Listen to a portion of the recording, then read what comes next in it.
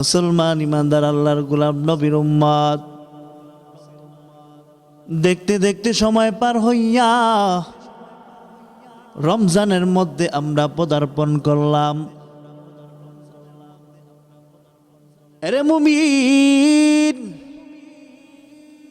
রমজান মাস বড় বরকতপূর্ণ মাস, রহমত নাজাত মাগফিরাতের মাস।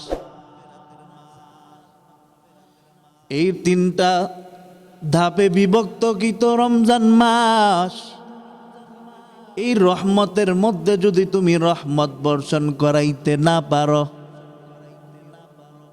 মাগফিরাতের মাসের মধ্যে তুমি যদি নিজেকে মাফ করাইতে না পারো, নাজাতের মাসের মধ্যে যদি তুমি নিজেকে জাহান্নাম থেকে জান্নাতি বানাইতে না পারো,